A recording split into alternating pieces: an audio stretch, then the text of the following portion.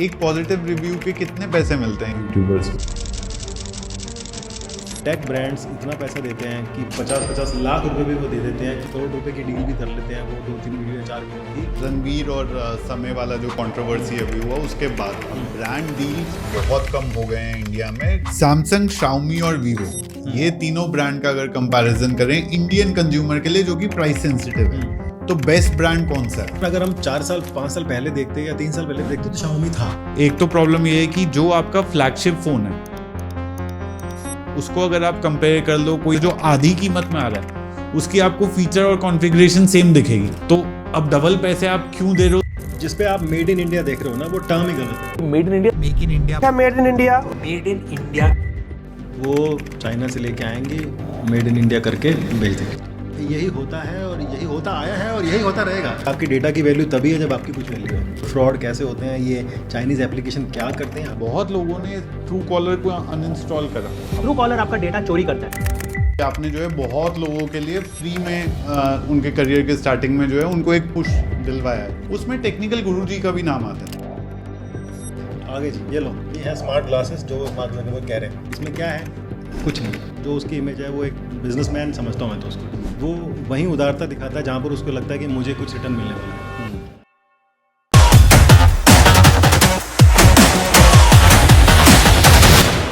शर्मा जी, पहले तो thank you podcast पे आने के लिए। पिछली बार आप आ रहे थे, इतना यार आपका भयंकर एक्सीडेंट हो गया, सॉरी उसके लिए। नहीं भयंकर तो नहीं हुआ। नहीं, गाड़ी तो आपने वीडियो डाला, मैंने देखा कि गाड़ी की तो हालत ख़राब हो गई थी, बट भगवान की दुआ से आपको कुछ नहीं हुआ। बिल्कुल, वो लिखा है ना कि जब जब जो होना है वो तभी होगा। आप जितना जल्दी कर लो वो नहीं हो सकता। हाँ। जब जहाँ पहुँचना है आप उसी टाइम पे पहुँचोगे, पहले नहीं पहुँच सकते। तो शर्मा जी, आज के पॉडकास्ट में ना हम सारी जो टेक्नोलॉजी की दुनिया के अंदर जितने भी लोगों को गलत फहमियाँ हैं या जो भी गलतियाँ लोग करते हैं कोई भी नया प्रोडक्ट खरीदते हुए या फिर कोई सर्विस लेते हुए, वो सारी की सारी चीज़ें आज के पॉडकास्ट में डीबंक करके सामने रख देंगे। मैंने आपके कंटेंट जितना देखा है, आपसे ज़्यादा जो है खुले दिल से कोई ये बात कर नहीं पाता है। तो और आप इस कम्युनिटी के अंदर से हैं और पिछले 10 साल से आप टेक क्रिएटर हैं और टेक की दुनिया के अंदर का इन एंड आउट सब देखा हुआ है। आपने ब्रांड्स पीछे से कैसे प्रोडक्ट प्रमोट करते हैं, कंपनीज, टेलीकॉम कंपनीज कैसे अपनी सर्विसेज प्रमोट करती हैं और उसमें कंज्यूमर कैसे बेवकूफ़ बनता है कई बार। तो आज वो पीछे की दुनिया सामने रख करके दिखा दो हमें। बिल्कुल। ज़्यादातर लोग टेक्नोलॉजी प्रोडक्ट, अगर मेरे को भी आज कुछ खरीदना है ना, मैं यूट्यूब पे जाऊंगा और उसको थोड़ा सा रिसर्च कर लूंगा कि भाई लोग क्या कह रहे हैं इसके बारे में, अलग अलग इन्फ्लुएंसर्स ने क्या रिव्यूज़ दिए हैं, ये रिव्यूज़ कितने सच्चे कितने झूठे होते हैं। आजकल क्या है कि रिव्यूज़ हो गए हैं, मतलब इंडिया में तो रिव्यूज़ पे आप भरोसा नहीं कर सकते हो। यूट्यूब हो, चाहे वो कोई वेबसाइट हो, चाहे वो टीवी हो, मतलब नहीं है। आपको अगर एक प्रोडक्ट है लॉन्च हुआ है आज, जैसे कोई मान लो कोई आज प्रोडक्ट लॉन्च हुआ है और वो मिल नहीं रहा किसी को भी, मतलब उसकी जो अवेलेबिलिटी है वो 1 हफ्ते बाद की है, तो जितने भी रिव्यूज़ आए हैं ना वो कंट्रोल्ड हैं। कंट्रोल का मतलब ब्रांड ने बोला उनको या एजेंसी ने बोला है। ब्रांड ने बोला है, अगर कोई बड़ा क्रिएटर तो बोला कि सर ध्यान रख लेना, कोई मीडियम क्रिएटर है तो उसको बोला देखो ये नहीं चलेगा, और कोई अगर नया ही क्रिएटर है तो उसको बोलना ये ही बोलना है तुमको। हाँ। तो ये 3 तरह की चीज़ें हैं यहाँ पे, जिस तरह से वो कंट्रोल करते हैं ब्रांड्स। तो असली रिव्यू तभी मिलेगा जब कोई जेन्युइन बंदा खरीदेगा, आपको चीज़ खोल के दिखाएगा तभी पता लगेगा। और पहले भी ऐसे होता था, अब बस ब्रांड ने अपना दिमाग लगा क्या किया है कि टाइम डिले कर दिया है अवेलेबिलिटी का, कि आज लॉन्च हुआ है लेकिन मिलेगा 10 दिन बाद। 10 दिन में तो ये पूरी की पूरी जनता पे अपना सम्मोहन कर देंगे, मोह माया दिखा देंगे उनको, देखो भाई साहब यही दुनिया की बेस्ट चीज़ है। हाँ। अब सैमसंग का S24 जो है आपका, MKBHD ने बोला है कि इसमें कुछ भी चेंज नहीं है। हाँ। कुछ भी नहीं है, मतलब कुछ भी नहीं है। हाँ। और इंडियन क्रिएटर, भाई साहब इसके अलावा तो कोई फ़ोन ही नहीं है दुनिया में, बेकार है सब। आईफोन तो गया तेल लेने, यही फ़ोन है जो आपको चाहिए आज की तारीख, ये हो रहा है। हाँ, तो कई मैंने कुछ ऐसे इंटरनेशनल क्रिएटर्स के वीडियोस देखे जहाँ पर वो बोलते हैं कि ये प्रोडक्ट मेरे को कंपनी ने भेजा है पर ये रद्दी प्रोडक्ट है, ऐसे रिव्यूज़ भी देखे मैंने। वहाँ पे रेगुलेशन है ना। अब जैसे हमने एक बार यूएस के ब्रांड के साथ में काम किया था। हाँ। उसने बोला कि आपको अपनी वीडियो में दिखाना पड़ेगा कि ये पेड प्रमोशन है। हाँ। देखो अपने इंडिया में रूल नहीं है, सिंपल सी बात है। अगर आपकी लाइफ में कोई भी प्रॉब्लम है ना, आप उसको जोड़ लो कि सरकार अगर ये करे तो मेरी प्रॉब्लम सॉल्व हो जाए। सरकार नियम नहीं बनाती है, जनता नाराज़ हो जाएगी, वोट नहीं मिलेंगे, किसको लूटेंगे हम। हाँ। इंडिया में ट्रैफिक ज़्यादा है, क्यों? सरकार नियम नहीं बनाती है, नियम बनाएगी जनता नाराज़ हो जाएगी, वोट नहीं मिलेंगे, सरकार नहीं बनेगी, किसको लूटेंगे। सारा चक्कर यहीं पे है। तो अगर इंडिया में रूल स्ट्रिक्ट होते हैं, जैसे ASIC है, एसोसिएशन ऑफ कुछ है, आजकल वो बहुत कंट्रोल करती है एड्स को, मतलब देखती है वीडियोस को कि अगर आपने पेड किया तो आपने अब अगर हमारे को भी नोटिस आ गया एक बार कि आपने लगाया नहीं, मैंने कहा हमने किया ही नहीं तो कहाँ से लगा दें हम कौन बोल रहा है कि किया हमने लड़ाई करी, वो कहती है उस वीडियो में कि हाँ वो करी है हमने, उस पर लगा देते हैं हम। और उसके बाद से हमने हर वीडियो पे लगाना शुरू कर दिया, क्योंकि यूएस में तो ये नियम है, यूरोप का मुझे पता नहीं, तो यूएस की कंपनियाँ तो बोलती हैं। और इंडिया की कंपनी जो ब्रांड्स है ना, उनका दिल नहीं है। इंडिया में कोई अपनी बुराई नहीं सुन सकता है, कंस्ट्रक्टिव भी नहीं सुन सकता, बुराई तो बिल्कुल ही नहीं सुन सकता। यूएस में अगर आप हो तो आप अपने यूएस के प्रेसिडेंट को गाली निकाल दो उसके सामने, उसको कोई फर्क नहीं पड़ता। आप उसके यूएस के झंडे के कच्छे बना के पहन लो, कोई फर्क नहीं पड़ता उनको। लेकिन हमारे लिए हमारा देश का झंडा बहुत वो है। तो रूल्स वाली बात है और फ्रीडम वाली बात है, तभी तो लोग कहते हैं कि अमेरिका में इतनी फ्रीडम है, ये है वो है। अब व्लॉग्स देखो जो लोग जाते हैं वो बताते हैं। तो और ये माइक्रोमैक्स और लावा के कुछ ज़्यादा ही लीगल नोटिस सुनने में आते हैं कि क्या, वही बताया ना कि वो बुराई नहीं सुन सकते हैं अपनी, सिंपल सी बात है। क्योंकि इंडियन ब्रांड है वो। अब सैमसंग का एग्जांपल लेता हूँ, सैमसंग इंडिया अपनी बुराई नहीं सुन सकता है। सैमसंग ग्लोबल जो है वो सर झुका के बोलेगा हाँ मेरी गलती है, मैं मानता हूँ। उनका दिल बड़ा है, इंडिया वालों का दिल बड़ा नहीं है। कहने को दिल बड़ा हमारा, लेकिन वो है नहीं, कंपनियों का नहीं है, लोगों ब्रांड्स का नहीं है। तो ब्रांड के पीछे भी कोई ना कोई तो लोग है ना, कोई तो एमडी, कोई सीईओ, कोई वीपी, कुछ तो है। एक पॉजिटिव रिव्यू के कितने पैसे मिलते हैं ये यूट्यूबर्स को? डिपेंड करता है कि आपका लेवल क्या है, आप कौन सी सीढ़ी के ऊपर खड़े हो। तो लेट्स से 1 मिलियन फॉलोअर्स वाला कोई चैनल है, उससे फर्क नहीं पड़ता कितने व्यूज़ आते हैं, आपकी रीच कितनी है। तो अगर आपके 10,000 सब्सक्राइबर हैं लेकिन व्यूज़ आपके मिलियन में आ रहे हैं तो आपको व्यूज़ के हिसाब से पैसा मिलता है। ब्रांड को सिर्फ रीच चाहिए, उसको आपसे, आपकी पर्सनल से, आपकी शक्ल कैसी है कोई मतलब नहीं है उसको। चाहे आप गालियाँ निकालो फ़ोन वीडियो में बैठ के, उसको कोई मतलब नहीं है। उसके प्रोडक्ट के ऊपर कितने व्यूज़ आ रहे हैं उसको उससे मतलब है। तो अगर उसने रील डाली किसी क्रिएटर ने जिसके 10 मिलियन व्यूज़ आ गए, हाँ, तो वो कुछ भी मांग सकता है क्रिएटर, वो जायदाद मांग सकता है, कंपनी से दे दो मैं जायदाद, वो दे देगी, क्योंकि उसको पता है कि मेरे को यहीं से रीच मिलेगी।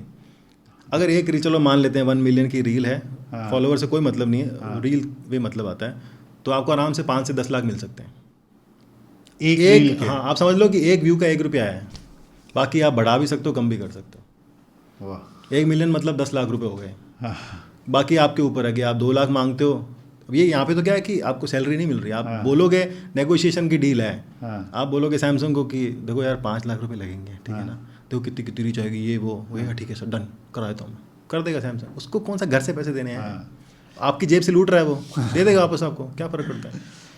ये नेगेटिव रिव्यू जब कोई टेक यूट्यूबर डालता है तो एक मैं चैनल फॉलो करता हूँ, टेक्निकल दोस्त करके है। हाँ, हितेश। हाँ, वो एकदम सारे नेगेटिव पे नेगेटिव ही एक के बाद एक बनाता है, पर फिर उसको कभी ब्रांड डील भी नहीं मिलती है। मतलब टिपिकली मैंने नहीं देखा उसको कोई वो फ़ोन के बारे में अच्छा डील, बहुत 2-3 महीने में एक आधी कोई अगर बना दी तो बना दी। एक्चुअली उसका जॉनर ही नहीं है टेक वाला, वो तो ठीक है टेक्निकल नाम रख लिया उसने।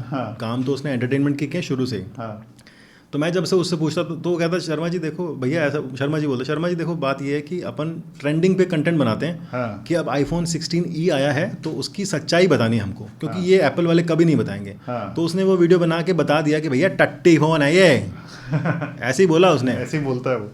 तो भैया वो सही कह रहा है, गलत थोड़ी कह रहा है। $500 अगर आप लगा रहे हो, लगभग मान लो कि अपने 80-90 का भाव भी चल रहा है, तो 45,000 रुपये क्यों लगाओगे आप उसके अंदर, जबकि आप थोड़ा सब्र करो, दिवाली की सेल में आपको 45,000 में तो ये मिल जाएगा, आईफोन 15 मिल जाएगा, जो उससे लाख गुना बेटर होगा। उसमें ये बहुत सारे फीचर होंगे, क्योंकि कंपनी को अपना प्रोडक्ट कचरा बेचना है, कंपनी को अपना कचरा बेचना है और उसको सिर्फ मार्केट में रहना है। मैंने बताया ना कि सैमसंग अपने गरीब लोगों को भी 10,000 का फ़ोन देता है, वो आईफोन कहता है कि यार हम औकात से बाहर चले गए, मतलब उनकी प्राइस लाख रुपये पहुंच गई है, तो चलो यार 50,000 का फ़ोन भी निकाल दो, इनसे भी तो पैसा लूटना ही है ना, तो चलो पुराने फ़ोन को लाओ, डब्बा चेंज करो, 2 दिन लाओ, बना दो 16 बेच दो।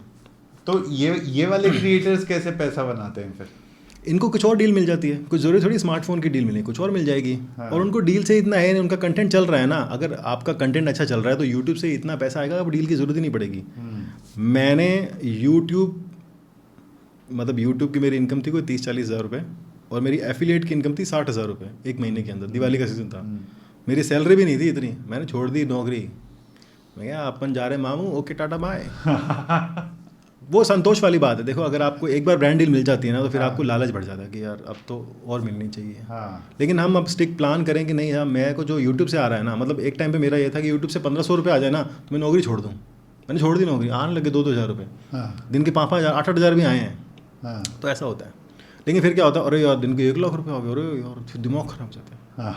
तो मनी का जो है वो साइकिल ही वो है। नेटफ्लिक्स पे एक सीरीज़ है मनी एक्सप्लेन्ड, हिंदी के अंदर भी है, जाके जो भी इस बात को समझना चाहते हैं वो जाके ज़रूर से देखें उसको। क्या है उसमें टेक अवे क्या है? टेक अवे ये है कि मनी का अपना फ्लो है, वो कभी भी किसी के पास नहीं रुकती है, हाँ, वो निकल जाएगी। जिस तरह से अपने मैथोलॉजी में कहते हैं कि लक्ष्मी जो है बड़ी चंचल है, वो नहीं रुक सकती, उसको धारण करने के लिए बहुत तपस्या करनी पड़ती है। हाँ। तो अगर कोई स्पॉन्सर फ्री होकर के या ब्रांड डील नहीं लूंगा कर करके कंटेंट बनाता है टेक का, तो आपके हिसाब से आज 2025 में वो अभी भी एक अच्छा चैनल खड़ा कर सकता है? हाँ कर सकता है, काफ़ी लोग हैं, कर रहे हैं, काफ़ी लोग हैं। टेक्नोपीडिया नाम से एक चैनल है, वो कर रहा है, और भी बहुत सारे लोग हैं जिनको मैं देखता हूँ, हाँ। तो कर सकते हैं वो। बस उसमें ये है कि आपको कंटेंट इंगेजिंग बनाना है।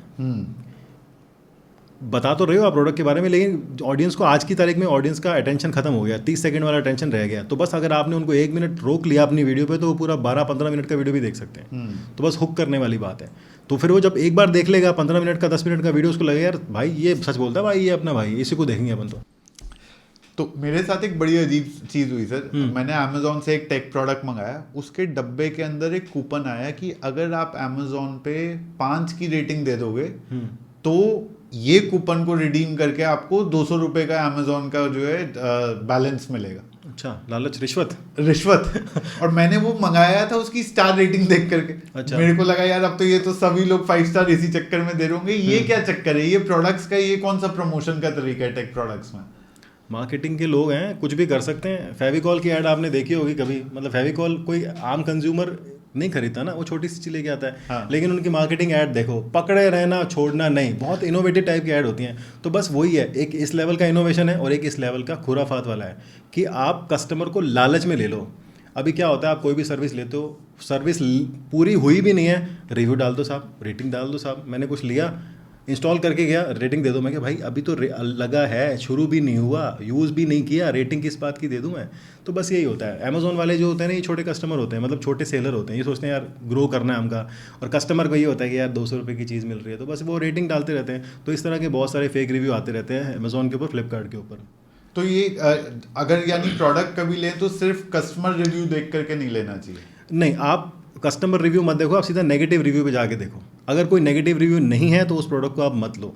जब तक आप देखोगे ना कि लॉट साइज़ कितना है, मतलब अगर आप एक प्रोडक्ट देख रहे हो और उसमें सिर्फ 200-300 रिव्यू हैं और सिमिलर प्रोडक्ट पे 4000-5000 रिव्यू हैं, तो आप उस 5000 में जाओ, 1 स्टार रेटिंग देखो, 2 स्टार रेटिंग देखो, और वो कितने टाइम पहले आई हैं। तो कई बार क्या होता है, जैसे सेलर चेंज हो जाता है, मतलब एक ही प्रोडक्ट के अलग अलग सेलर भी हो सकते हैं, और वो 1 साल पुराना है, 2 साल पुराना है, सेम प्रोडक्ट चलता रहता है सालों साल। आपको गैस स्टोव है, कुछ भी है, तो वो पता लगता है कि हाँ इसमें पहली प्रॉब्लम थी लेकिन अब नहीं है। तो बस आप उसको नेगेटिव करो, रिसेंट का सॉर्ट करके देखो कि हाँ अभी भी लोगों को दिक्कत आ रही है या नहीं आ रही है। पॉजिटिव रिव्यू पे कभी मत जाओ, पॉजिटिव रिव्यू बिके हुए होते हैं, फेक होते हैं, और बेचने के किस तरीके हैं। हाँ। 200 रुपये का कूपन ले लो साहब। हाँ। तो यानी 1 स्टार 2 स्टार रेटिंग वाले रिव्यू पढ़ लो, क्योंकि वही जेन्युइन है। 1 स्टार में क्या होगा कि आपको 80% जेन्युइन मिलेंगे, 20% खुंदक वाले होंगे जो दूसरे कॉम्पिटिटर के लोग हैं, लेकिन 80% जेन्युइन ही मिलेंगे उसमें, क्योंकि उसने इतनी मेहनत करी है लिखने में, फोटो लगाने में, तो वो कुछ भला ही चाह रहा है ना। 100 के 100% तो गलत नहीं हो सकते ना। 50% भी अगर आप मानते हो तो आपको आपके जो आप जानना चाहते हो वो मिल जाएगा उसमें। ये 3-4 टेक क्रिएटर्स को आप 10 में से कितनी रेटिंग दोगे? टेक्निकल दोस्त 10 आउट ऑफ 10। और रीज़न भी बता दो। रीज़न आप देखो यार, बंदा सच बोलता है, बंदा जेन्युइन है। हाँ। बंदे के दिल में कोई खोट नहीं है, जब भी मिलोगे तो बड़े प्यार से मिलता है, मतलब कोई किसी से घमंड नहीं है। हाँ। कभी आप मिले हो उनसे? नहीं। मिलके देखना, पता लग जाएगा आपको क्यों 10 आउट 10 बोला है। MKBHD से मिले नहीं है कभी, तो उनके कंटेंट बेस पे बोल सकते हैं कि भैया बंदा जो सच है ना वो बोल देता है। अभी S24 आया तो उसने बोल दिया कि इसमें कुछ भी नया नहीं है, कुछ भी नहीं है, कुछ भी नहीं है, कुछ भी नहीं है। लेकिन हमारे क्रिएटर क्या बोल रहे हैं, सब कुछ यही है भैया, यही भगवान है तुम्हारा। हाँ। उनको जो रेटिंग है वो 9 आउट ऑफ 10 है, क्योंकि 1% वो भी कहीं ना कहीं बायस हो जाता है। 9 आउट ऑफ 10? हाँ 9 out of 10 MKBHD। Tech burner का अभी थोड़ा सा फेस सही नहीं चल रहा था पीछे, अब पता नहीं वापस से वो रिकवरी आई या नहीं आई। लेकिन हाँ, टेक बर्नर का कंटेंट एंटरटेनिंग है, जो वो करके करता है, तो एंटरटेनमेंट है। टेक में भी एंटरटेनमेंट आ गया तो कंटेंट अच्छा लगता है। जब मैं कोई वीडियो देखता हूँ तो 4-5 वीडियो एक साथ देख लेता हूँ। हाँ। तो 8 आउट ऑफ 10। टेक्निकल गुरुजी ओ यार, बंदा अब रेट करने लायक है नहीं, ठीक है ना। अब जैसे कुछ लोग कहते हैं कि है ना आपकी और उनकी दुश्मनी है, तो यार देखो मैं कहता हूँ कोई दुश्मनी तो नहीं है, लेकिन जब बंदा दिल से उतर जाता है ना, तो फिर उसके तरफ मैं दोबारा देखता नहीं हूँ। तो मेरी कोई दुश्मनी नहीं है। अगर आज मैं कहीं खड़ा हूँ, वो मेरे पास से निकल जाए मुझे देख के मुझे कोई फ़र्क नहीं, लेकिन वो मेरे पास में आके हाथ मिलाता है तो अपन मिलाने को तैयार है। अपन ने तो उसको छोटे भाई की तरह रखा था, अब दिल से उतर गया तो बस वो वाली बात है, कोई दुश्मनी भी नहीं है और रेटिंग लैरिक तो कुछ बात ही नहीं है, तो रेटिंग को छोड़ ही देते हैं हम। यार टेक्निकल गुरुजी की एक मेरे मन का सवाल है और आप मना भी कर सकते हो आंसर करने के लिए। मैंने जितने, क्योंकि मैं तो जब ये पॉडकास्ट स्टार्ट कर रहा तो यूट्यूब की कम्युनिटी में जब क्रिएटर्स से मिलता हूँ तो कुछ क्रिएटर्स ऐसे लोग बताते हैं कि भाई वो ज़्यादा काफ़ी उदार है, उसमें आपका भी नाम आता है क्योंकि आपने जो है बहुत लोगों के लिए फ्री में उनके करियर के स्टार्टिंग में जो है उनको एक पुश दिलवाया यूट्यूब पे, उसमें टेक्निकल गुरुजी का भी नाम आता है क्योंकि उन्होंने भी जो एक बड़े भैया जैसी एक इमेज होती है क्रिएटर कम्युनिटी में, वैसी उनकी इमेज है। आपको क्या लगता है कि ये कहाँ पर थोड़ा सा मनमुटाव हो गया?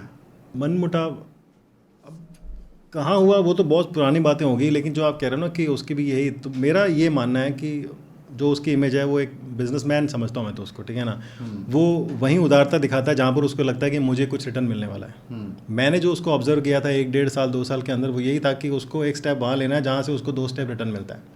तो अगर इमेज है तो होगी उनकी नज़रों में, लेकिन मेरे से ज़्यादा प्योरेस्ट तो किसी की नहीं हो सकती, क्योंकि मैंने तो माइनस से देखा उसको, मतलब जब चैनल नहीं था तब से देखा है, उसके भी 2 महीने पहले से देखा है, चैनल बनने के बाद तो सबने देखा ही है। आपको लगता है कि टेक कम्युनिटी में स्पेशली इतनी ज़्यादा राइवलरी है या दुश्मनी है कि कभी भी कोई कोलैब देखने को मिलता नहीं है टेक कम्युनिटी में? बड़ा कोलैब बहुत ही कम इंस्टेंसेस होंगे जहाँ पर कोलैब्स आपको देखने मिलेंगे इंडियन टेक कम्युनिटी में। देख, कोलैब बंदा उस वक्त करता है जब उसको ग्रो करना होता है, जब वो ग्रो कर जाता है तो उसको लगता है कि मुझे क्या ज़रूरत है। मैं कह रहा हूँ ना, यहाँ पे सबको ये है कि मुझे क्या मिलेगा और मुझे क्या ज़रूरत है, तो इसलिए जो है वो कोलैब नहीं होते हैं। अगर कोई वास्तव में कोई कोलैब करता है, जैसे ट्रैक एंड टेक करता है हर साल, तो वो उसकी बड़ा दिल है कि वो बुलाए कर लेता है और लोग आ जाते हैं। बड़ी बात है कि आ जाते हैं, लोग आते भी नहीं यहाँ पे, तो वो इस तरह के कोलैब हो जाते हैं, बाकी कोई नहीं हो पाते हैं। बाकी कोई कोलैब होता है तो ब्रांड बोलता है कि हाँ सब इन 2 बंदों को लेके आओ, वो वरना तब होता है वो कोलैब, वरना कोलैब नहीं होते। अच्छा, वो ब्रांड कराता है वो कोलैब्स जो? हाँ, कई बार कोलैब ऐसे भी होते हैं ना कि एक टेक को बुला लिया, एक इंस्टाग्रामर को बुला लिया, या किसी लाइफस्टाइल को बुला लिया, उन 2 को मिला के खड़ा कर दिया, वरना वो जमीन आसमान एक साथ कैसे आ सकते हैं। तो वो वाली बात है, तो या तो दिल से होते हैं या पैसे से होते हैं। हाँ। दिल लोगों के बड़ी मुश्किल से मिलते हैं, पैसा सबको मिल ही जाता है। आपके पॉडकास्ट पे ना हमेशा एक बड़ी फरमाइश आती है कि टेक्निकल गुरुजी और शर्मा जी का एक कोलैब या साथ में एक पॉडकास्ट होना चाहिए जिसपे सारी बातें हो जाएं। आप ओपन हो इस तरह के? मैंने बताया ना, 2 तरीके से हो सकता है, या तो पैसा मिल जाए या दिल मिल जाए। हाँ। दिल का तो पता नहीं, अगर पैसे उसको दे दो इतने कि वो मान जाए तो बात अलग है। मैं टेक्निकल गुरुजी का भी चैनल देखता हूँ और शर्मा जी का भी चैनल देखता हूँ, तो मैं एक दरख्वास्त कर दूंगा कि जी आप हमारे पॉडकास्ट पे आ जाओ और साथ बैठ करके सारी बातें कर लेंगे। देखते हैं। ये रिसेंटली लास्ट 1-2 महीने में ब्रांड डील्स बहुत कम हो गए हैं इंडिया में, रणवीर और समय वाला जो कंट्रोवर्सी अभी हुआ उसके बाद, और ब्रांड डील के पे आउट भी कम हो गए हैं। ब्रांड्स को अब इन्फ्लुएंसर फेसेस के थ्रू प्रोडक्ट प्रमोट कराना रिस्की लगने लग गया है। इस सिचुएशन में आपको क्या लगता है, इस टेक क्रिएटर इंडस्ट्री के एक सीनियर क्रिएटर होते हुए आपको क्या लगता है कि इसका फ्यूचर किधर है? क्योंकि टेक क्रिएटर्स तो प्योरली ब्रांड डील पे ही रिलाय कर रहे थे। बिल्कुल। तो अब जब ये ब्रांड डील ड्राई आउट होंगे और पैसा कम होगा, तो आपको लगता है किस डायरेक्शन में इंडिया टेक इन्फ्लुएंसर जाएंगे? देखो, एक हर चीज़ का एक फेज़ आता है, तो अभी जो फेज़ चल रहा है कि हाँ साहब थोड़ा हेट मिल रहा है, हर जगह ये हो रहा है। मैंने ऐसे पहले भी कहा था कि घड़ा भर जाता है हर किसी चीज़ का, तो अभी है। और इंडिया में क्या है कि हमारी जो याददाश्त है बहुत शॉर्ट है, वो थोड़े दिन में भूल जाएंगे इसको, 3-4 महीने बाद कुछ नया स्कैम आ जाएगा, इसको भूल जाएंगे। ये इंडियाज गॉट लेटेंट का स्कैम तो आपने प्रिडिक्ट ही कर दिया था। हाँ, ये तो मैंने पहले ही बोल दिया था कि हाँ घड़ा भर जाएगा एक दिन, तो ये भी बैन हो जाएगा। तो अति किसी भी चीज़ की अच्छी नहीं होती है। जहाँ तक बात है कि पे आउट कम हो रहा है, तो वो ब्रांड्स वापस आ जाएंगे, क्योंकि अभी ट्रेंडिंग में जो है वो यही चीज़ें हैं। उनको टेक ब्रांड्स इतना पैसा देते हैं कि 50-50 लाख रुपए भी वो दे देते हैं, करोड़ रुपए की डील भी कर लेते हैं वो 2-3 वीडियो या 4 वीडियो की। तो उनको पता है कि हमारी जो रीच है वो टेक वालों से ही आएगी। तो आज अगर उनको लगता है कि हाँ हमारी सोशल अपनी खुद की ब्रांड को, खुद की अपनी इमेज बचाने के लिए अगर थोड़ा किनारा करना पड़े तो अभी कर लेगा, माहौल ठंडा होगा तो फिर से वापस आ जाएगा। तो ऐसा कुछ नहीं है कि टेक क्रिएटर जो है वो ख़त्म ही हो जाएगा, डिपेंडिंग कि उसका कंटेंट जो है वो जिंदा रहे। कंटेंट में अगर दम खत्म हो गया तो फिर वो ब्रांड को तो अपनी रीच से मतलब है, उसको आपसे कोई मतलब नहीं है, आपके नाम आँख शक्ल किसी से कुछ मतलब नहीं है। आप क्या उसको ROI दे रहे हो, उसको उससे मतलब है। आप उसके फ़ोन बिकवा दो तो आप राजा हो, नहीं तो आप कोई नहीं हो उसके लिए। आपको लगता है कि यूट्यूब का एक बायस होता है, जो भी जिसको ब्रांड डील मिलती है उसका कंटेंट थोड़ा ज़्यादा पुश करता है यूट्यूब, ऐसा कुछ बायस आपको दिखा यूट्यूब में? आजकल तो यूट्यूब भी ब्रांड डील्स कराने लग गया है यूट्यूब स्टूडियो के थ्रू, तो आपको लगता है यूट्यूब एक पुश देता है जो भी टेक क्रिएटर जो है ब्रांड डील्स या ब्रांड वीडियोस बना रहा होता है उसको? बिल्कुल, देखो यूट्यूब भी एक बिजनेस प्लेस ही है, यूट्यूब को भी कमाना ही है ना पैसे, सबका मोटिव तो अंत में यही है कि कुछ पैसे कमा के जाने हैं। और यूट्यूब जो है वो इतना इनकम शुरू से नहीं कर रहा था, तो धीरे धीरे उसने रास्ते निकाले कि हाँ साहब कैसे कर सकते हैं, 1 ऐड दिखाएंगे, 2 ऐड दिखाएंगे, 3 ऐड दिखाएंगे, अनस्किपेबल ऐड दिखाएंगे, ऐड दिखाते ही रहेंगे, फिर कहते हैं यार ऐड से काम नहीं चलेगा, चलो सामान बेचना शुरू कर देते हैं, लोगों से पैसा ले लेते हैं, थैंक्स, सुपर थैंक, फलाना ढिमकाना, सुपर चैट, फिर कहते हैं इससे भी कम पड़ा चलो कपड़े बेच लेते हैं, फिर इससे भी कम पड़ रहा है चलो कुछ और कर लेते हैं, आप क्या करें, अच्छा एक काम करते हैं ब्रांड को पकड़ के लाते हैं, हम ये क्रिएटर पकड़ के ला रहे हैं, चलो हम भी ब्रांड से डील कर लेते हैं। तो बहुत सारी चीज़ें हैं, क्रिएटर या ब्रांड जो एड्स लगाते हैं, गूगल एड्स लगाते हैं यूट्यूब के ऊपर जो आते हैं, जब भी कोई नया फ़ोन लॉन्च होता है तो यूट्यूब मतलब पागल हो जाता है, हर किसी वीडियो के ऊपर जो है वो ऐड ही आता है। जब कोई फिल्म का नया ट्रेलर लॉन्च होता है तो आप आंख बंद करो, 1 सेकंड में 1 मिनट में आप 50 बार खोलोगे कोई वीडियो तो 50 के 50 बार आपको ऐड आएगा। तो वो उनको भी मोटिव है पैसा कमाने का। यहाँ पे जहाँ तक बात है बायस करने की, तो बस वो एक्सपेरिमेंट करता रहता है। शुरू में 16-17 के अंदर उसने 4-5 क्रिएटर को पकड़ के एक्सपेरिमेंट किया था। पहले क्या था, यूट्यूब का कोई फेस नहीं था, यूट्यूब इंडिया का कोई फेस नहीं था। जब पहला फैन फेस्ट हुआ था जो हमने ऑब्जर्व किया था 15-16 में, तो उन्होंने यूएस से क्रिएटर को बुलाया था, सुपर वुमेन को बुलाया था और भी बहुत लोगों को बुलाया था। उसके बाद यूएस से थोड़ा पैसा मिला होगा इंडिया को, तो उन्होंने बोला कि अपने फेस बनाओ, और उन्होंने पैसा खर्चा किया। तो अल्टीमेटली उनको भी ग्रो करना है, तो बायस जब वो हो सकते हैं क्योंकि उनको अपनी काम करनी है, और अपने काम के लिए कोई भी रूल्स नहीं होते, क्योंकि जब खुद का काम है तो उसके ऊपर तो कोई रूल नहीं है ना। रूल तो दूसरों के लिए बनाए जाते हैं। तो वो बायस भी हो सकते हैं, अपनी कॉपीराइट स्ट्राइक को भी वो बुला सकते हैं, टर्मिनेट किए गए चैनल को भी वो 1 घंटे में वापस ला सकते हैं। तो हुआ है, बिल्कुल हुआ है। किसके साथ हुआ, कब देखा? ये हुआ था, बस अब सर्च कर लो आपकी, चैनल टर्मिनेटेड 2018 के अंदर हुआ था। तो ऐसे होते हैं, तो जो यूट्यूब के दामाद होते हैं उनके चैनल वापस आ जाते हैं 1 घंटे में, और बाकी लोग स्ट्राइक का इंतजार करते हैं कि 90 दिन कब खत्म होंगे। कमेंट्स में गेस करके बता देना ये किसकी बात हो रही है। बिल्कुल, जो लोग एक्टिव हैं हमारे फॉलोअर्स, उनको सबको पता है क्या हुआ था, कैसे हुआ था, जग जाहिर बात है ये। तो ये बात सही है कि हमारा आधार नंबर 50 रुपये में वेब पे अवेलेबल होता है, 5 रुपये में भी हो सकता है। वैल्यू नहीं है हमारे किस चीज़ की, हमारी पर्सनल चीज़ों की कोई वैल्यू नहीं है। वैल्यू उसकी है कि उस बंदे की कितनी वैल्यू, हमारी चीज़ों की कोई वैल्यू नहीं है। अगर आप मोदी जी का आधार नंबर निकाल लो तो बता दो, फिर मुझे निकलता है तो। हमारे तो आधार की वैल्यू नहीं है ना, क्योंकि हमारे जब आधार बना था तो उनके दिमाग में ये था नहीं कि ये नंबर कितना इंपॉर्टेंट है। वो 5-10 साल बाद जागे कि हाँ साहब आधार नंबर नहीं देना, वर्चुअल आईडी देना आप। और अभी भी आप दोगे, किसी को बोलेगा आधार नंबर नहीं है, मुझे तो वही चाहिए। हाँ, तो ये तो शुरू से ध्यान रखना चाहिए था। और हाँ, डार्क वेब वगैरह पे ये सब मिल जाती चीज़ें, क्रेडिट कार्ड की डिटेल मिल जाती है, आधार से ज़्यादा सिक्योर होना चाहिए क्रेडिट कार्ड, तो वो मिल जाता है CVV के साथ में। आप इंटरनेशनल ट्रांजेक्शन कर लो बिना OTP के। हाँ, वो तो बिना OTP के भी हो जाती है इंटरनेशनल तो बिना OTP। हाँ, हालांकि इंडियन कार्ड पे अब बंद हो गया है। इंडियन कार्ड जितने भी हैं, चाहे वो आप कहीं पे भी कर रहे हो, वो बिना OTP के नहीं होते हैं, लेकिन फिर भी कुछ ऐसी वेबसाइट हैं जो प्रोसेस कर देती हैं उनको।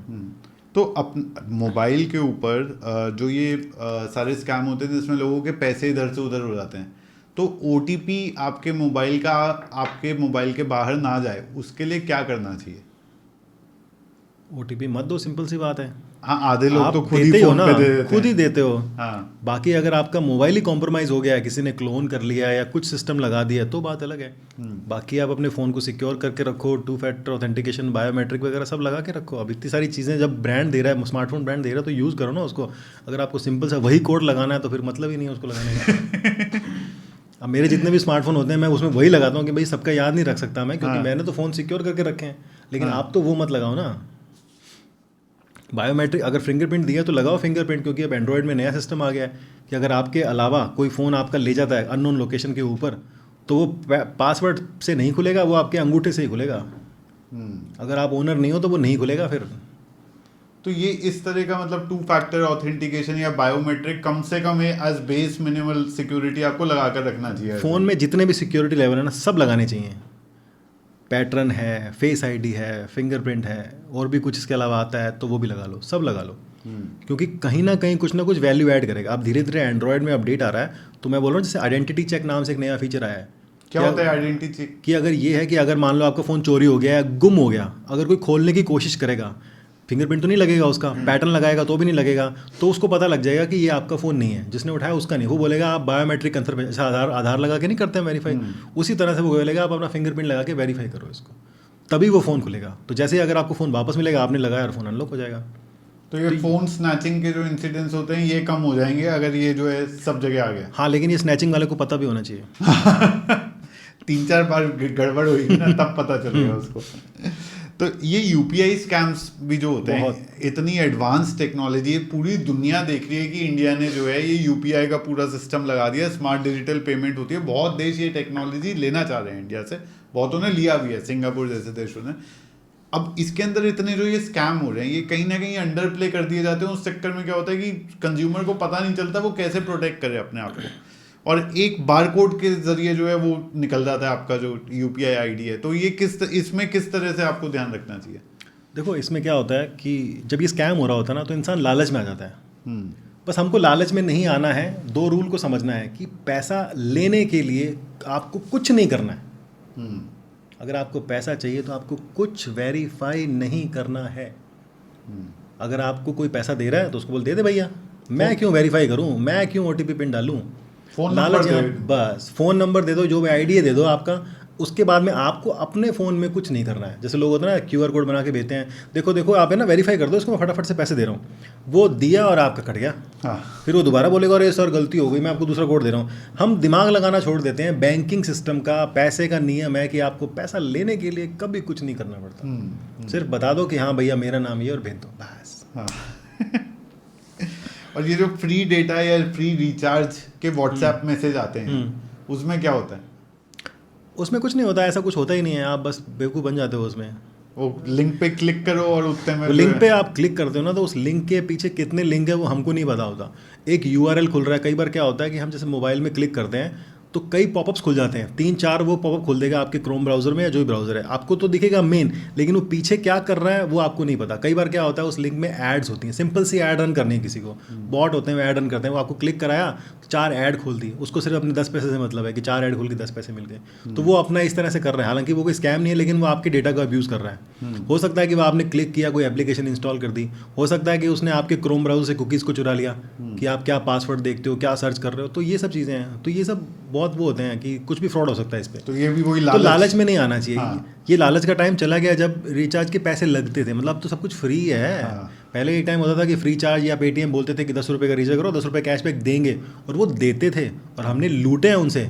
मतलब एक क्रेडिट कार्ड पे वो 5 बार देते थे, और मेरे पास 7 क्रेडिट कार्ड है, तो मैंने 1 से 5 बार लिया 50 और 7 से 35, 350 रुपये बैठे बैठे कमा लिए। कैसे? 350 रुपये लगाए, 700 रुपये मिल गए हमको। हाँ, सिंपल। ये जिम ब्राउनिंग जैसे जो क्रिएटर हैं, ये इंडियन कॉल सेंटर के स्कैम्स को इतना टारगेट क्यों कर रहे हैं? पूरा वीडियो बनाकर लगा देता है वो, और इंडिया बदनाम हो जाता है उस चक्कर में। तो इंडिया वालों ने उसकी भैंस चुरा ली होगी। मतलब एक्चुअली इंडिया वाले भी जो स्कैम कर रहे हैं वो भी फॉरेन लोगों के साथ में कर रहे हैं। मैंने भी एक, अब इसका एग्जैक्टली नाम तो नहीं पता कि यही था या कौन था, तो इसने जो है वो एक ओल्ड लेडी बन के कॉल सेंटर पे बात करी होगी कुछ के, क्या यूनियन बैंक या अमेरिकन बैंक का कुछ था वो कस्टमर। तो इसने बात करी कि है ना मैं अपने बेटे को भेज रही हूँ, मतलब सेम मैंने सुना, पूरा कॉन्वर्सेशन सुना मैंने, मतलब इंटरेस्टिंग लग रहा था वीडियो कि इसने कैसे हैक किया और उनको। हाँ। तो मैं देख रहा था तो बड़ा इंटरेस्टिंग लगा। अब जाम तारा जैसी चीज़ें बहुत होती हैं, इंडिया में कितने स्कैम होते हैं, ऐसे ही जो स्कैम होते हैं ये बाहर के देशों में भी होते हैं। अब वहाँ पे क्या होता है कि ये उनके गूगल पेजेस को या कुछ को हैक करके अपना नंबर डाल देते हैं वहाँ पे। तो उससे क्या होता है कॉल इंडिया में लगती है। अब जब कॉल इंडिया में लगती है तो कस्टमर को ये लगता है कि मैं ऑथेंटिक बंदे को कॉल कर रहा हूँ, कॉल आया नहीं हमको।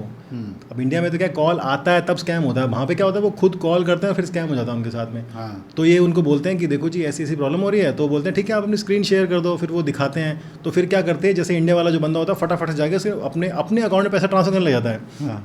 और जैसे ही इसको ओटीपी आता है या कुछ भी एक ऑथेंटिकेशन आता है, अपने यहाँ तो क्या होता है ओटीपी आता है, यूएस में क्या होता है एक प्रॉम्प्ट आता है आपके फ़ोन में, आप येस या नो करोगे तभी अलाउ होगा वो। हाँ। तो वो उसको बार बार नो कर देता है, तो आपस में दोनों की लड़ाई होती है। तो इस तरह से जो है वो इंडिया वाले या कुछ ये जो call centre, fake call centre या स्कैम कॉल सेंटर होते हैं, इन्होंने उसके साथ में कुछ किया होगा, तो वो भी जो है वो अपने देश हित में या जनता हित में लड़ रहा है। तो क्या दिक्कत है इसमें? वो तो उधर से मैंने देखा, उधर से वो इनका सिस्टम हैक कर देता है। तो ये तो जो स्कैमर है उसका सिस्टम हैक कर लेता है। तो वही ना, अब ये जैसे ये उनको कुछ भेजते हैं तो ये भी इनको कुछ भेज देता है। भेजा चलाया तो भैया तुम्हारा पाला पड़ा है बाहुबली के साथ में, अभी तक तो तुम नॉर्मली लड़ रहे थे। ऐसा होता है क्यों नहीं होता? वो है ना, हर शेर को सवा शेर मिल जाता है, तो मिल गया इनको भी। अब यहाँ पे तो क्या होता है, स्कैमर को जो बच्चे बिठा रखे होते हैं, बच्चे होते हैं 20-22 साल के, उनको क्या पता होता है। उनके ट्रेनर उनको बोल रखा है कि आपको इंग्लिश मतलब ज़बरदस्त बोलनी है और ये करना है, बहुत प्यार से बोलना है, मीठा बोलना है, बिल्कुल भी गुस्सा नहीं होना। कस्टमर चाहे कितना भी गुस्सा करे, लेकिन यहाँ पे वो जो एजेंट था वो गुस्सा हो गया बुढ़िया के ऊपर कि तेरे को कुछ पता नहीं है, ये इंग्लिश में बोल रहा है उसको, तो वही चीज़ें हैं, वो पता लग जाता है। तो बड़ा इंटरेस्टिंग केस है ये। तो वही है ना, उसकी भैंस चुरा ली होगी तो वो पीछे पड़ गया तुम्हारे। यार इस टाइप का कंटेंट जहाँ पर वो लाइव हैक कर दे रहे हैं उनको, या वो और एक स्कैमर को हैक कर रहा है तो किसी को उसके प्रति कोई प्रॉब्लम भी नहीं होती है। हाँ। इस ग्रेड का कंटेंट इंडिया में क्यों नहीं बनता है? क्योंकि इंडिया के अगर हम देखें जो टेक क्रिएटर्स भी हैं या टेक यूट्यूब कम्युनिटी जो इंडिया की है, वो वहीं मोबाइल फ़ोन या टीवी पे ही सीमित रहती है। मैंने बताया ना कि पहला उनका कोई नुकसान नहीं होता, अगर हो भी जाता है तो वो इस शेम में रहते हैं कि यार मैं बताऊंगा नहीं, मेरे साथ ही हो गया। हाँ ठीक है। फिर तीसरा ये है कि यार मुझे कौन सा पैसे मिल रहे हैं। हाँ, इंडियन कम्युनिटी में जो है ना, उनको मोबाइल से पैसा मिल रहा है, टीवी से पैसा मिल रहा है, हर चीज़ से पैसा मिल रहा है ना। हाँ, इंडियन कम्युनिटी में टेक क्रिएटर जो है वो लालची हो गया आज की तारीख में। मैं खुद की बात भी करता हूँ कि हाँ साहब मैं भी लालची हो गया हूँ कि जब तक पैसे नहीं मिलेंगे मैं वीडियो नहीं बनाता हूँ। हाँ, तो बस थोड़ा सा माइंडसेट वहाँ पे ये हो जाता है, वो कहता है यार काय को पंगा लेना फालतू इनसे। फिर इंडियन क्रिएटर को डर भी लगता है, या अगर वो अपने आप को समझता है कि हाँ साहब मेरे से ऊपर कोई नहीं है, ऐसे बंदे भी नहीं हैं। हाँ। और जो ऐसे बंदे हैं वो पहले से इतना अच्छा काम कर रहे हैं कि उनको यूट्यूब पे वीडियो बनाने की ज़रूरत ही नहीं है। वो इतना एथिकल में है, साइबर टीम के साथ काम कर रहे हैं, गवर्नमेंट के साथ काम कर रहे हैं, या एजेंसीज के साथ में काम कर रहे हैं, तो वो कहते हैं मुझे क्या जरूरत पड़ी है। और फिर क्या होता है, इंडिया में हर चीज़ सिक्योरिटी रीजन पे आती है। अगर आप इस तरह की कुछ वीडियो बना दो तो हर किसी को पता लग जाए कैसे करना है। तो वो इंडिया में तो वो है ना, सिक्योरिटी रीजन के चक्कर में ये सब चीज़ें नहीं हो पाती हैं। OnePlus की ओरिजिनल फाउंडर टीम में एक रॉकस्टार आदमी था, काल पे उसने वो कंपनी छोड़ी और एक नई कंपनी लॉन्च करी, कुछ नहीं, कुछ नहीं, नथिंग मोबाइल्स। और नथिंग मोबाइल एक शायद one of those few companies है जिसने लास्ट 2-3 साल में अचानक से जो है मार्केट में बहुत अच्छा मार्केट शेयर कैप्चर करा और बहुत फ्यूचरिस्टिक डिजाइन के साथ फोन निकाले हैं। नथिंग के फोन का अगर हार्डवेयर कॉन्फ़िगरेशन देखा जाए और सॉफ्टवेयर कैपेबिलिटी देखी जाए, क्या वो सुपीरियर है उस प्राइस बैंड में जिसमें वो फोन बेच रहे हैं, या ये सब फैफ है? चलो OnePlus 1 से बात करते हैं, काल पे और OnePlus 1 जब इंडिया में नहीं आता था, मतलब मिलता भी नहीं था, 2014 की बात बता रहा हूँ, तब OnePlus का सिस्टम क्या था कि आप जो है वो रिक्वेस्ट डाल दो कि आपको ये फ़ोन चाहिए, तो आपको जो है वो एक इनवाइट आएगा। वो भी कब आएगा जब हाँ, आपका आप ले सकते हो। हाँ। फिर लेना भी कैसे है, यूएस से आपको ऑर्डर करना पड़ेगा, चाइना से भी ऑर्डर नहीं, अमेरिका से मंगवाना पड़ेगा। जब कंपनी लॉन्च नहीं हुई थी, कुछ सर्विस नहीं थी, मैंने OnePlus 1 उस टाइम मंगवाया था। 18,000 रुपये का फ़ोन था, ऊपर से 10,000 रुपये लगा के मैंने उसको मंगाया, कस्टम ड्यूटी, शिपिंग, दुनिया भर की चीज़ें, सारे टैक्स दे के। सोचो 18,000 का फ़ोन 28,000, कितने % बढ़ गया, मान लो 40% बढ़ गया। मंगवाया, फ़ोन बहुत अच्छा था क्योंकि उन्होंने बहुत अच्छे से बनाया था, एक सोच के साथ बनाया था, डिज़ाइन था, विजन था उनके पास। बनाया, OnePlus 1 बनाया, 2 बनाया, अच्छा नहीं लगा। मतलब वो होता है ना कि पार्ट 2, किसी भी फिल्म का पार्ट 2 देख लो या वर्जन 2 नहीं आता। 3 बनाया, अच्छा था, 3T अच्छा था, टीम अच्छी थी। लेकिन क्या होता है कि बेटा कुछ भी कर ले, जब बाप बोलेगा ना बस कर बहुत हो गया, तो बेटे को माननी पड़ेगी बात, वो अपने पेरेंट्स की बात को नहीं हटा सकता। तो यहाँ पर भी यही हुआ कि जो ओप्पो का कंट्रोल था या जो BBK का कंट्रोल था, जो उनके पेरेंट कंपनी का था, वो कंट्रोल बढ़ रहा था। और जो क्रिएटिव बंदा होता है उसको फ्रीडम चाहिए, वो कहता है मेरे को यार तुम ये मत करो, मैं कर रहा हूँ ना, तुमको अच्छा काम कर, तुम मुझे मत सिखाओ कैसे करना है। लेकिन वो होता है कि हर कंपनी में ऐसा होता है, तो उसने छोड़ दी। अब वो बहुत टाइम तक साइलेंट रहा, मार्केट रिसर्च करी उसने 2-3 साल, वो बिल्कुल गायब हो गया मार्केट से, और ओप्पो ने टेक ओवर कर लिया OnePlus को पूरा। आज की तारीख में OnePlus सिर्फ नाम है, बाकी वो ओप्पो ही है। उसका ऑक्सीजन ख़त्म करके उसको कलराइज कर दिया और वो सब कर दिया। नथिंग फ़ोन की बात करते हैं। जब पहला फ़ोन आया तो उन्होंने जो है वो उसको दिखने में अट्रैक्टिव बनाया। नथिंग को ये पता था कि यार सब फ़ोन सेम दिखते हैं, अलग क्या है, हट के क्या है, अगर आपको कुछ काम करना है तो हट के करो। तो उसने क्या किया, पीछे लाइटें लगा दी कि यार ये लाइटें वाइटें हैं, अच्छी चीज़ है। फ़ोन लॉन्च कर दिया 28-30 हज़ार के अंदर, नथिंग फ़ोन 1 जो आया था मुझे, और ट्रांसपेरेंट एकदम। हाँ, तो उसने ये यार देखो, तुम अंदर देखो क्या क्या हो रहा है। हाँ। तो वही है कि तू कुछ अट्रैक्टिव चीज़ किया। अंदर से मतलब जो उसका सिस्टम है फ़ोन का, उसमें कोई चेंज नहीं था, सिर्फ डिज़ाइन नया था। वो जो हमारे बचपन में डॉस लिखा करते डॉट डॉट डॉट, तो वो भी थोड़ा एक मतलब वो एक नॉस्टैल्जिक वाली फील थी। तो वो एक फील देने के लिए, बाकी प्रोसेसर वही कंपनी बना रही है जो बना रही है, कैमरा वही कंपनी बना रही है जो बना रही है, सब कुछ वहीं से आ रहा है। वो सिर्फ असेंबल कर रहा है और वो अपनी एक फील दे रहा है आपको कि पीछे लाइटें हैं, ग्लिफ है, इसको आप चेंज कर लो, तो वो एक अट्रैक्टिव लगता है। प्राइस की बात करते हैं तो हाँ, प्राइस जस्टिफाइड नहीं थी। अगर हम कंपेयर करें OnePlus 1 से कि सेम बंदा अगर OnePlus 1 लेके आता, नथिंग लेके आता, तो मज़ा नहीं आया। मुझे पर्सनली मज़ा नहीं आया था क्योंकि वो स्नैपड्रैगन 7 सीरीज़ का प्रोसेसर था, और अगर वो फ्लैगशिप बोलते हैं तो उसमें उस टाइम पे 8 सीरीज थी तो वही देना चाहिए था, तो वो मुझे लगता है 100% हो सकता था, लेकिन उन्होंने 75% में सेटल कर लिया। वन प्लस का था नेवर सेटल, लेकिन वो कहते हैं हम तो सेटल होके चलेंगे शुरू से। तो बस यही है कि आज की तारीख में अब इंडिया में तो वैसे भी दिखावा चलता है। हाँ, एप्पल वाले सिर्फ अपना लोगो दिखाने के लिए फ़ोन लेते हैं और बाकी लोग जो हैं वो दिखावा करना तो नथिंग से करते हैं। धीरे धीरे लोगों को ये लगने लग गया कि यार ये वैल्यू फॉर मनी, अब नथिंग का कंपैरिजन होने लग गया ओप्पो, वीवो और इनके साथ में, तो उनसे वो बेटर है। लेकिन वो सैमसंग से या फिर किसी और से कंपेयर करें तो बेटर नहीं, और अपनी प्राइस से भी थोड़ा ज़्यादा ही है।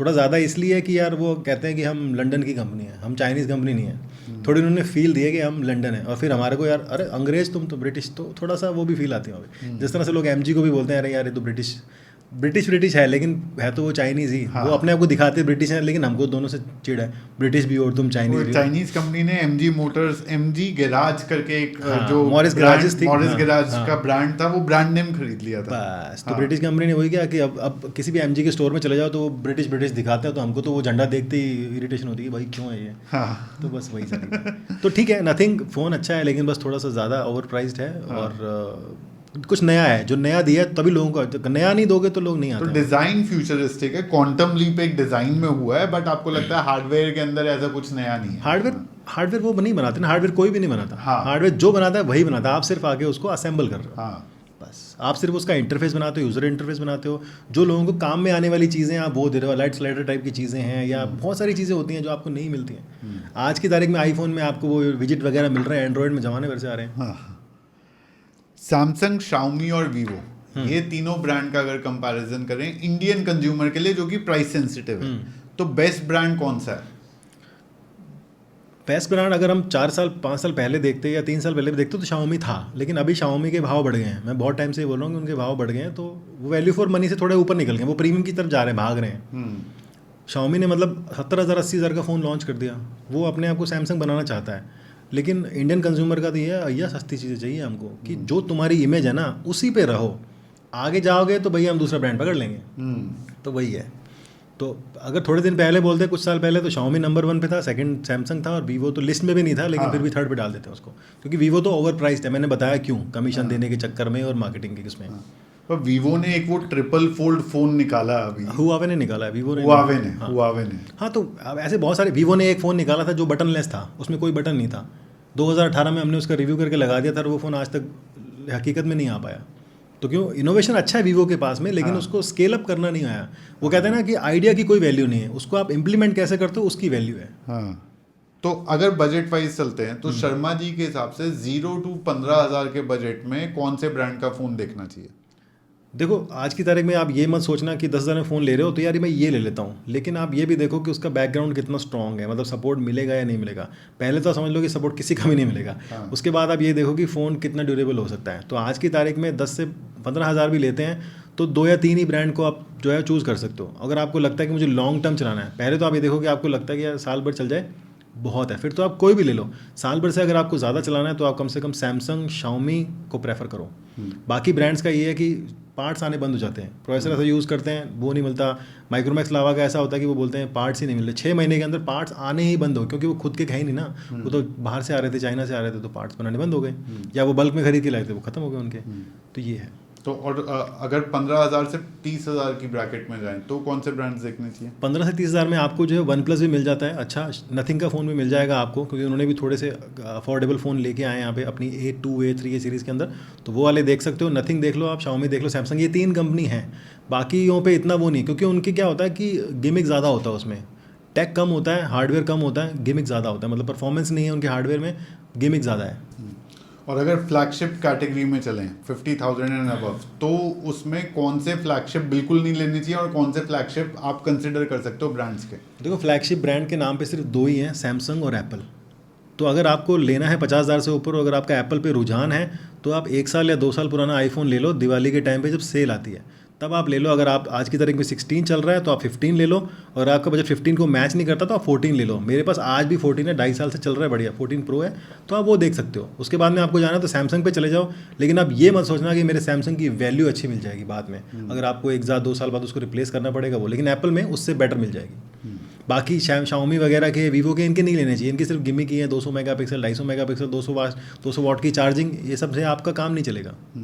तो अगर इतना पैसा खर्च कर रहे हो तो ये वाले ब्रांड्स पे मत जाओ। बिल्कुल, हाँ, एक ब्रांड लो ना जो आपको जेन्युइन लगे कि आपको यार कम से कम 2 साल तो चलेगा। अगर आप 50,000 रुपये लगा रहे हो तो आप हर साल का बजट देखो ना यार, 25,000 रुपये लग रहा है, चल ठीक है। जो ये एप्पल का बैक कवर होता है या वो कांच होता है, उसका मैं देख रहा था कि चाइना में उसकी costing $2, $1, 25 cent, 50 cent depending on the model, यानी ₹8 से लेकर के 80 या 100 रुपये तक की होती है, जो 25,000 30,000 रुपये में रिप्लेसमेंट होती है अगर आप वारंटी के बाहर हो गए हो एक बार।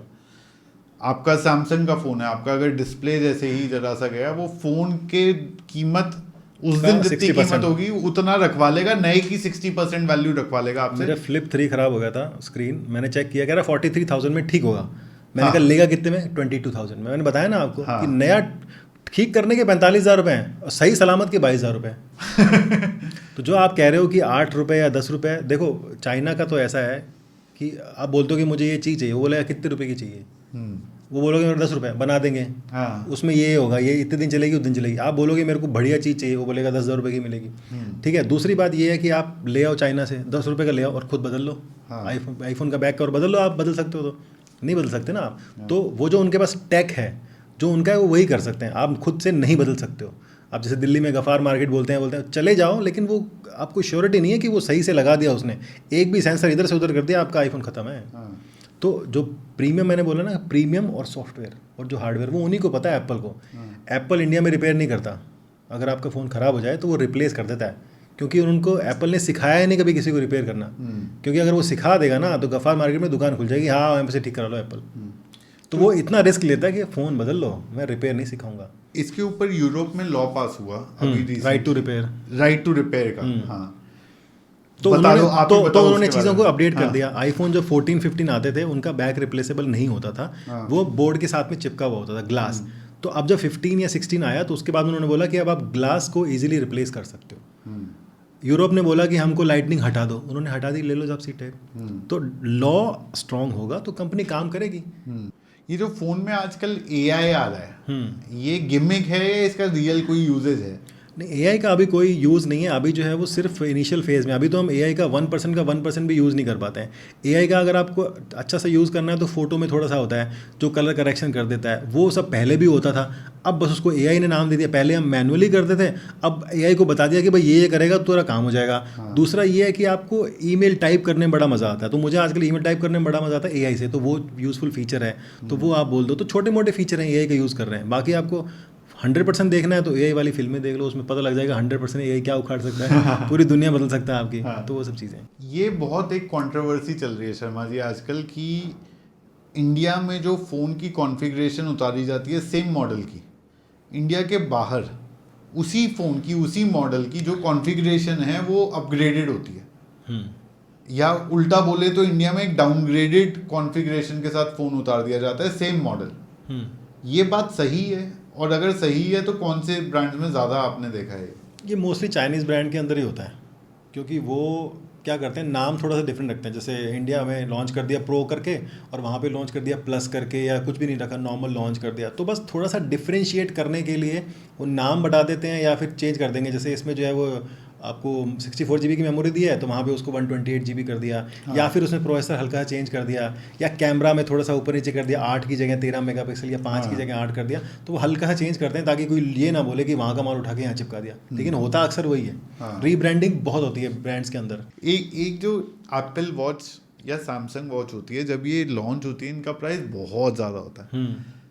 मैं जब फीचर कंपेयर करता हूँ कि कोई एक नॉइज़ की जो घड़ी है या बोट की कोई घड़ी है, मेरे को फीचर वाइज कुछ मैं समझ नहीं पाता कि इतना क्या एडवांस्ड है टेक्नोलॉजी में कि प्राइस इतना ज़्यादा हो जा रहा है। क्या रियल में 50-60 हज़ार रुपये की स्मार्ट वॉच लेना कोई सेंस मेक करता है, या फिर ये जो आपके 4,000 से 10,000 रुपये की घड़ी आती है ये तकरीबन सेम काम करती हैं? देखो यहाँ पे भी वही बात है कि आपको वॉच से क्या काम करवाना है। अगर आपको वॉच से, अगर आप एप्पल की वॉच लेते हो तो आपको उससे एक्यूरेट, आपको हार्ट रेट चाहिए, सारी चीज़ें एक्यूरेट चाहिए या नियर टू एक्यूरेट चाहिए, तो उनका वो काम करेगा वैसा। दूसरा, उनके पास वो सॉफ्टवेयर है, वो हार्डवेयर है, वो सपोर्ट है। नॉइस या जो भी ब्रांड है, ये सब सिर्फ एक खरीद के लाते हैं, पीछे से रीब्रांड करके बेच देते हैं। उनका कोई सपोर्ट नहीं है, कोई एप्लीकेशन नहीं है, कोई यूज़र इंटरफेस नहीं है। तो वो सिर्फ एक स्मार्ट वॉच है जो आपको नोटिफिकेशन दिखाएगी, जैसे मैंने पहले बताया कि आपके स्टेप काउंट करेगी, स्लीप काउंट करेगी और आपको इंडिकेट करेगी कि आपकी हार्ट बीट बढ़ रही है, डॉक्टर के पास चले जाओ। लेकिन एप्पल आपके डॉक्टर को इमरजेंसी को फ़ोन कर देगी, भाई ये बंदा एक्सीडेंट हो गया, ले जाओ उसको उठा के। वो कोई नहीं कर पाएगा, वो एप्पल ही कर पाएगा। हाँ। एप्पल ने किया है ऐसे, लंदन में और बहुत जगह यूरोप में केस आए हैं कि किसी का एक्सीडेंट हो गया, या कोई एक लेडी थी जिसकी हार्ट अटैक आ गया, उसको हार्ट अटैक आ गया तो उसकी एप्पल वॉच ने डायरेक्टली उनकी इमरजेंसी सर्विस को कॉल कर दिया और वो टाइम पे आ गया और उसको बचा लिया गया। ऐसा हुआ। यूएस में भी हुआ कि 911 को कॉल ऑटोमेटिक चला गया कि बंदे की हार्ट बीट बहुत बढ़ गई है और नो रिस्पॉन्स है, आप आ जाओ। हालांकि ये सर्विस इंडिया में अवेलेबल नहीं है, हमारे तो वैसे ही एम्बुलेंस टाइम पे नहीं पहुंचती फ़ोन करने के बाद भी। ब्लिंकिट ने स्टार्ट करी है 30 मिनट। हाँ, ब्लिंकिट मैंने देखा था गुड़गांव के अंदर कि शुरू की है। हाँ, कभी मेरे को बहुत अच्छा स्टेप लगा वो, जो अगर थोड़ी महंगी है 2200 रुपये की है, वरना हम भी ट्राई कर लेते मंगा के कि आती है नहीं आती टाइम पे। पर जो वो 3 इडियट्स में एक जोक चलता था ना कि 30 मिनट में पिज्जा आ जाता है, एम्बुलेंस नहीं आती। तो पिज़्ज़ा वाला तो फटाफट आ जाएगा ना, बाइक को इधर उधर लेफ्ट राइट करके। अब इतनी बड़ी एम्बुलेंस को थोड़ा टाइम तो लगेगा ना। और फिर हमारे कल्चर में ही नहीं है कि आपको एम्बुलेंस को रास्ता देना है। अभी कल परसों पढ़ा था कि कुछ ट्रैफिक के नए नियम आए हैं कि अगर आप एम्बुलेंस को रास्ता नहीं देते तो 10,000 रुपये का फ़ाइन है, लेकिन वो फ़ाइन लगाने वाला तो कोई नहीं है ना। पर ये मुझे एक पर्सनली बहुत ही अच्छा इनिशिएटिव लगा। एक ब्लिंकिट जैसी क्विक कॉमर्स कंपनी इस चीज़ में भी अपने नेटवर्क को यूज़ कर रही है। मुझे लगा कि चलो कोई चीज़ एक बहुत ही अच्छी करी है एक कंपनी ने। देखो मुझे ऐसा लगता है कि ये सिर्फ जो है लाइमलाइट में आने के लिए किया गया है, प्रैक्टिकल इसका इतना यूज़ नहीं हो रहा होगा, ठीक है ना। वो सिर्फ कुछ होता है ना कि कुछ चीज़ें हेडलाइन बटोरने के लिए की जाती हैं, जिस तरह से आप कह रहे हो कि जियो की साइकिल आएगी, तो वो पता नहीं सालों बीत जाएंगे उसको आने में, लेकिन रियलिटी में नहीं है, सिर्फ लाइमलाइट के लिए होता है। हो सकता है। जैसे इन्होंने अब ब्लिंकिट ने अपना बिस्तरो और जेप्टो ने लॉन्च कर दिया है। मैं क्या चल मैं ऑर्डर करता हूँ तो कहता सिर्फ गुड़गांव में मिलेगा। मैं क्या तो पूरे इंडिया को ऐड क्यों दिखा रहे हो फिर? जब आप गुड़गांव में मिल रहे हो तो मुझे जयपुर में ऐड क्यों दिखा रहे हो? क्यों? मैं तो जैसे अभी मैंने ये S25 अल्ट्रा लिया है, या इससे पहले जो मेरे पास फ़ोन था, ज़्यादातर मैंने देखा है कि कोई भी फ़ोन लॉन्च होता है, दो मिथ हैं फ़ोन खरीदते हुए। एक तो प्रॉब्लम ये है कि जो आपका फ्लैगशिप फ़ोन है उसको अगर आप कंपेयर कर लो कोई OnePlus या Oppo या Vivo के फ़ोन से जो आधी कीमत में आ रहा है, उसकी आपको फीचर और कॉन्फ़िगरेशन सेम दिखेगी डब्बे पे कम से कम। तो अब डबल पैसे आप क्यों दे रहे हो समझ नहीं आता उस समय। दूसरा ये है कि फ़ोन 1 साल के अंदर अंदर 6 महीने के अंदर अंदर आधी कीमत का हो जाता है फ्लैगशिप फ़ोन। बिल्कुल। तो ये किस तरह से देखना चाहिए ये दोनों चीज़ों को? देखो स्मार्टफोन, मतलब यहाँ पे मैं समझता हूँ कि स्मार्टफोन लेने के लिए हमको क्या समझना चाहिए, मतलब क्यों स्मार्टफोन लेने के लिए हमें भी थोड़ा स्मार्ट होना चाहिए पहली चीज़। स्मार्ट तो होना चाहिए। अब जैसे आपने, चलो आपसे क्वेश्चन पूछता हूँ यहाँ पे, आपने S25 क्यों लिया, जो भी आपने लिया अल्ट्रा या जो भी लिया? क्योंकि S23 था मेरे पास, वो स्लो हो गया था। स्लो क्यों हो गया था? कितना टाइम हो गया? 1 साल ही तो हुआ था, स्लो कैसे हो गया? डेढ़ 1 साल। मेरे को ऐसा लगता है कि वो उस पर अपडेट नहीं ऐसे देते हैं कि वो प्रोसेसर। हाँ, तो ये देखो, ये हमारे दिमाग में ये होती है चीज़ कि यार अब 1 साल हो गया, बदल लेना चाहिए। जैसे एप्पल वाले कहते हैं कि आप तुम्हारे पास नया आईफोन नहीं है, तुम्हारे पास कुछ नहीं है। फ़ोन जब तक नहीं लेना चाहिए जब तक वो रिपेयर ना हो सके या फिर वो बिल्कुल टूट जाए। हम गाड़ी कब लेते हैं कि जब लगता है कि यार बस अब बहुत हो गया, ये नहीं चल सकती, अब नई लेनी ही पड़ेगी। तो स्मार्टफोन को भी ऐसा ही कि जब तक ज़रूरत नहीं है, कंपनी कितना ही फ़ोन निकाले हम नहीं लेंगे। मेरे पास में आईफोन 14 प्रो है, 17 भी आने वाला है इस साल। मैंने नहीं लिया, 15 नहीं लिया, 16 भी नहीं लिया। मेरे को बहुत लालच आ रहा था, देख के ललचा रहे थे लोग, ले लो। मैं क्या किस लिए? बहुत बढ़िया चलता है मेरा, आज भी चलता है और मैं वो 2 साल चला सकता हूँ। तो जब तक फ़ोन चल रहा है चलाते रहो, नहीं लेना चाहिए। मेरा इसके ऊपर यही है। और ये प्राइस एकदम आधा कैसे हो जाता है फ़ोन? प्राइस आधा इसलिए हो जाता है कि कोई वैल्यू नहीं है। जैसे ये वाला फ़ोन है, मैंने कुछ 27-28 हज़ार का लिया था जनवरी 2024 के अंदर, और मैंने नवंबर में देखा तो इसकी वैल्यू सिर्फ 8,000 रुपये रह गई थी। 8,000? सिर्फ 8,000 से? हाँ, और साल भर की वारंटी है और खरोच भी नहीं आई। इसको बड़े प्यार से रखा, रगड़ के, दबा के, छुपा के। सेम मेरे पास सैमसंग का गैलेक्सी फ्लिप 3 था। जब फ्लिप 4 आया तो मैं गया चल चेक करें पुराने वाले की वैल्यू क्या है। 80,000 का लिया था, 22,000 वैल्यू रह गई थी। 22,000 सिर्फ 1 साल के अंदर, वो भी वारंटी खत्म नहीं हुई तो भी। तो बस वैल्यू खत्म हो जाती है इनकी। गोल्ड की वैल्यू बढ़ती है, बाकी सबकी वैल्यू खत्म हो जाती है। मार्क जकरबर्ग ने अभी बिल्कुल रिसेंटली एक स्टेटमेंट दी कि मोबाइल फ़ोन की दुनिया 10 साल में ख़त्म हो जाएगी। कर दो ख़त्म। और अब स्मार्ट ग्लासेस आएंगे आगे जी। ये लो, ये है स्मार्ट ग्लासेस जो मार्क जकरबर्ग कह रहे हैं। इसमें क्या है? कुछ नहीं है। एक स्पीकर लगा रखा है गाने सुनने के लिए, एक कैमरा लगा रखा है फ़ोटो वीडियो के लिए। इसके अलावा ये सिर्फ एक रेबन का चश्मा है। कितने का? 29,000 रुपये के लगभग इंडिया में होता है। तो आएगी, टाइम बहुत लगेगा। अगर आपने एप्पल के विजन प्रो देखे होंगे तो वो है वही चीज़। लेकिन वो भी इतनी भारी है, उसको धीरे धीरे श्रिंक होने में, जैसे इतना बड़ा टीवी था उसको पतला करने में सालों लग गए, उसको भी सालों लगेंगे, वो सब कुछ हो जाएगा। जब ग्रेफीन की बैटरीज आने लग जाएंगी तब ये काम हो जाएगा। आज की तारीख में उसको एक पावर बैंक के साथ चलाना पड़ता है, जो कि आपको कंधे पे लगाना पड़ता है। हाँ। विजन प्रो की बात कर रहा हूँ। वैसे ही जो इनके ग्लासेस हैं, जो उनके और भी हैं, इन्होंने और भी बनाए बहुत सारे, तो टाइम लगेगा, काम कर रहे हैं। अब जो स्मार्टफोन है वो आज की एक दिन में तो परफेक्ट नहीं हुआ। आईफोन 16 प्रो को आने में भी इतने साल लगे हैं, 15-20 साल, तो टाइम लगेगा, आ जाएगी, ख़त्म हो जाएंगे फ़ोन। सही है, उन्होंने प्रेडिक्ट सही किया है, लेकिन टाइम लगेगा। तो एक 10 साल में आपको लगता है ये हो जाएगा? 10 साल से पहले हो जाएगा, क्योंकि अब टेक्नोलॉजी एक्सपोनेंशियली ग्रो कर रही है। अब इतना स्लो नहीं है, लेकिन हाँ फिर भी टाइम लगेगा। हमारे हम मरने से पहले देख के जाएंगे साहब, स्मार्टफोन नहीं था, खत्म हो गया था स्मार्टफोन। और अगर आपने पहले देख लिया तो आपने जेम्स बॉन्ड की फिल्मों में पहले ही देख लिया होगा सब कुछ। मतलब जेम्स बॉन्ड ने तो इनसे ही पहले देख लिया था कि साहब चश्मे में सब कुछ है हमारे। और ये जो टेस्ला का फोन आएगा करके बात होती है, जो कि एक ऑटोमोबाइल कंपनी है, वैसे आपको लगता है टेस्ला का फोन आएगा और कैसा होगा? वो आ सकता है, जब वो इतनी बड़ी कार बना सकता है तो फोन बनाना क्या बड़ी चीज़ है। उसको बनाना ही क्या है, उसको तो सिर्फ लाके असेंबली तो करना है, असेंबली तो करना है, बस टेस्ला का फोन आ जाएगा। टेक्नोलॉजी है उसके पास, जब वो ऑटोमेटिक ड्राइवर दे सकता है टेस्ला के अंदर, तो फोन क्या बड़ी चीज़ है। पैसा जिसके पास है वो सब कुछ कर सकता है। और ये सारे जो डिवाइसेस है हमारे, ये जिस पे चलते हैं, यानी कि इंटरनेट, अभी 5G के बाद बहुत लोगों ने ये कहा कि यार 4G और 5G का जो फर्क है ना, वो बस डिस्प्ले में ही दिख रहा है, स्पीड में नहीं दिख रहा है। सही बात है। जो चाहे आपका जियो हो, एयरटेल हो, वोडाफोन हो, या कोई भी टेलीकॉम कंपनी हो, 5G का जितना अपग्रेड अखबारों में आया था, जितना स्पीड अपग्रेड होगा, उतना अपग्रेड लोगों को दिखा नहीं इसका। और अब इस बजट में सरकार ने जो है 6GB अनाउंस कर दिया कि आने वाले टाइम में 6GB आएगा। तो 5G का स्पीड इंडिया में कम है या इंटरनेशनली कम है? ये टेक्नोलॉजी में क्या फ़र्क है? देखो, इसको समझने की दो बातें हैं। जब 5G आया भी नहीं था, उससे पहले स्मार्टफोन कंपनियां शुरू हो गई थी 2020 से। 5G फ़ोन लॉन्च कर रहे हैं, 5G रेडी। अरे किस लिए ले लो 5G रेडी? जब आता ना पता ना, ले के बैठ जाओ तुम फालतू में 5-10 हज़ार रुपये एक्स्ट्रा दे के फ़ोन 5G के।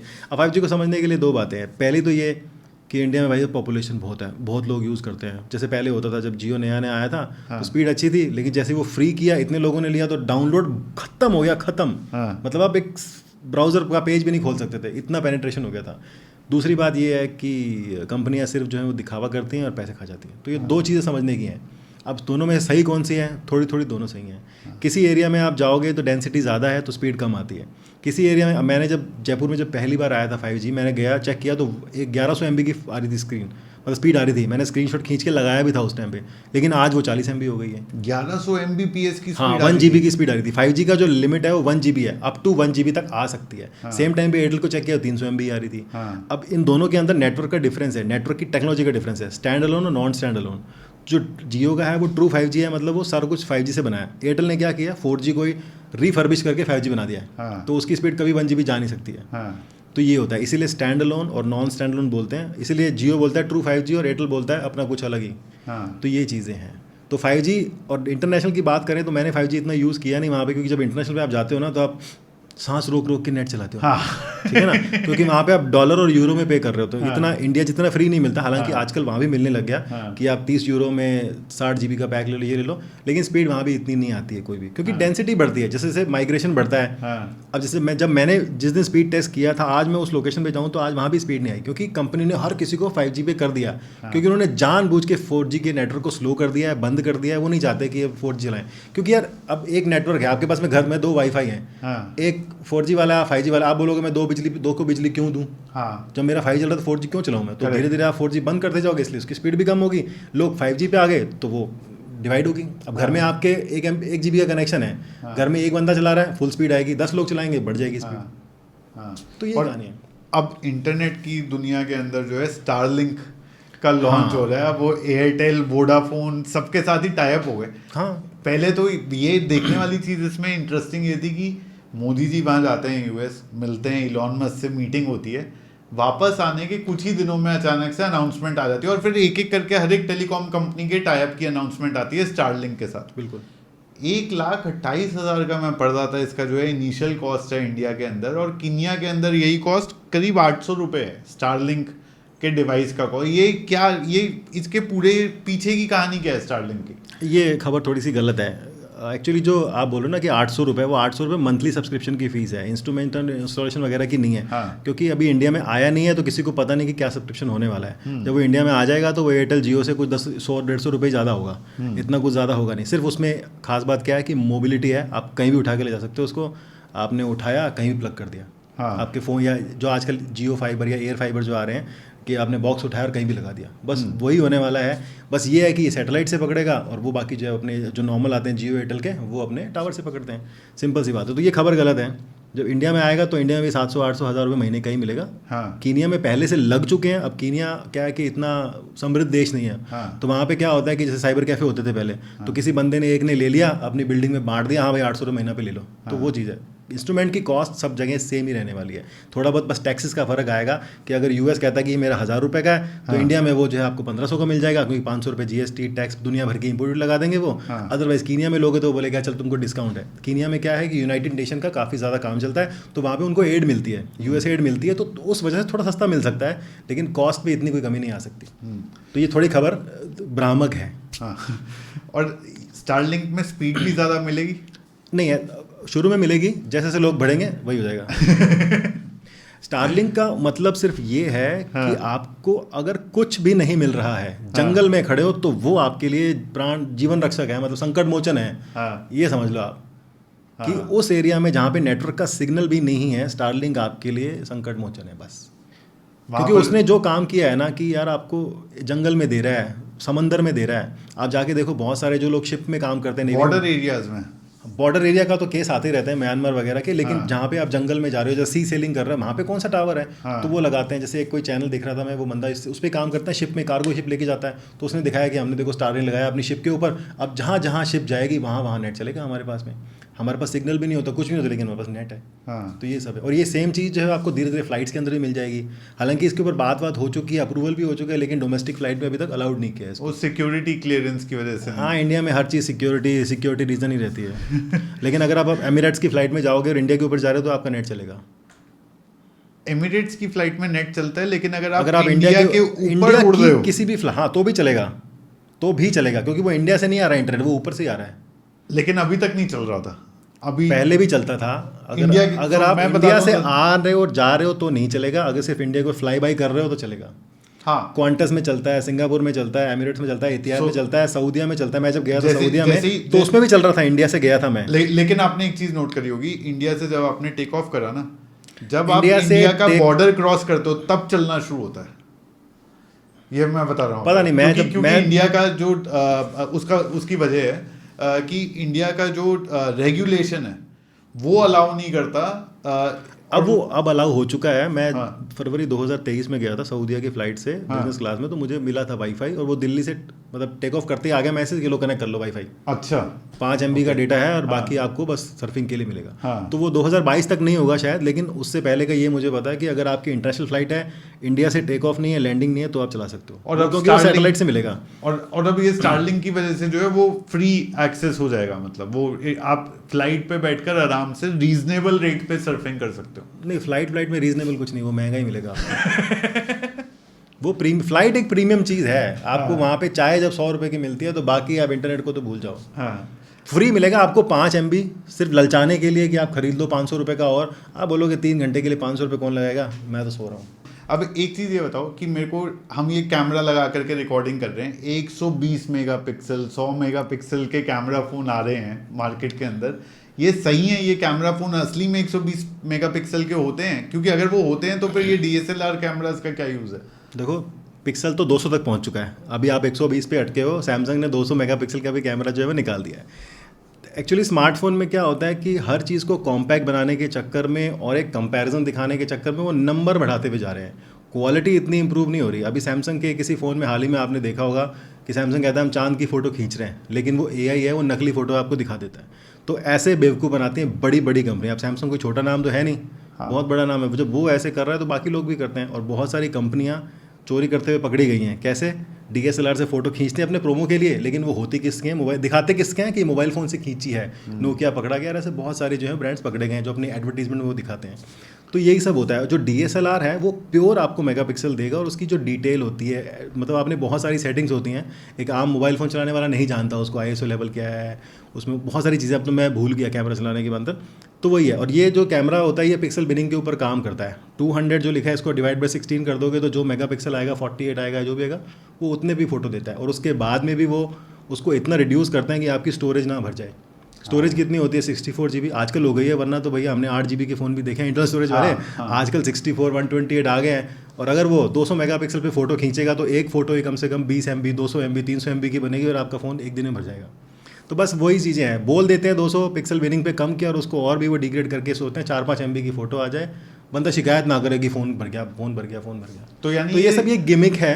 सॉफ्टवेयर के थ्रू ही हो रहा है, ये हार्डवेयर नहीं है इसमें ऐसा। हार्डवेयर भी होगा, लेकिन वो पिक्सल बिनिंग बोल देते हैं। हाँ। वो जैसे उसको होता है ना कि हाँ आपने कोई 2 रुपये की चीज़ ली, उसको 10 रुपये का कर दिया। हाँ। 10 रुपये का करके आपने 50% डिस्काउंट दे दिया कि साहब 5 रुपये की ले लो। हाँ। है तो वो 2 रुपये की, आप 50% डिस्काउंट देखो, 50% डिस्काउंट। तो बस वही है, वो 200 मेगापिक्सल नहीं है, वो है उतना ही जितना वो पिक्सल बिनिंग के बाद में आ रहा है। हाँ। बस उसको वो एक टेक्नोलॉजी टर्म लगा दिया कि हाँ बिनिंग कर दी, चलो सब 200 मेगापिक्सल हो गया।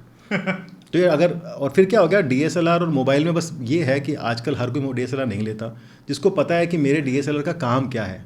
मुझे एक प्रोफेशनल फ़ोटो खींचनी है जो सालों साल रहेगी कहीं ना कहीं। मान लो कोई अमेजोन पे आप प्रोडक्ट देखते हो तो उसकी DSLR से खींचेगा, मोबाइल से खींच के कोई नहीं लगाएगा, क्योंकि उसमें वो डिटेल ही नहीं आएगी उतनी। और वो हर किसी को कैमरा पकड़ाने के लिए बस मोबाइल के अंदर डाल दिया है, तो लोगों को लगता है कि यार DSLR से ये अच्छा है।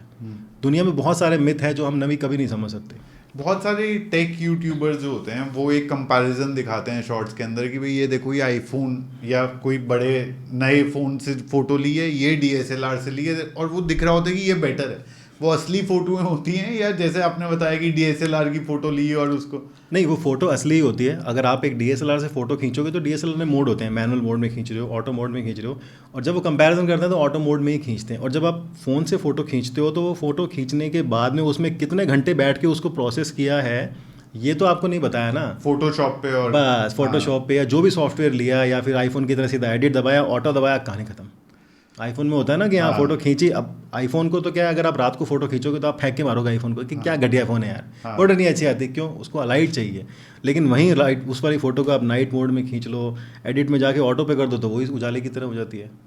आईफोन की क्वालिटी ख़राब नहीं है, जैसे लोग कहते हैं देखो आईफोन से ही बढ़िया। अरे तुमको चलाना नहीं आता आईफोन, तुम उसमें एडिट करो, चीज़ें दे रखी हैं, उसको यूज़ करनी आनी चाहिए।